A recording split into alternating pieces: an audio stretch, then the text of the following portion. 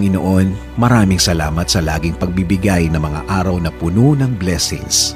Salamat sa proteksyon mo na lagi kong kasama para sa akin at sa aking buong pamilya.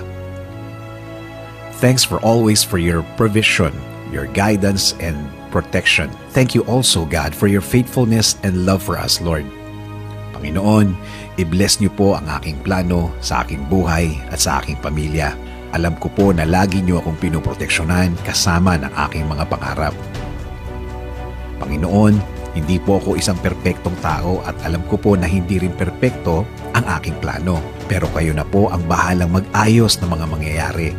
Dahil naniniwala pa rin ako, Lord, na ikaw ang mas nakakaalam ng bukas. Di bali nang tawagin kanilang mahina.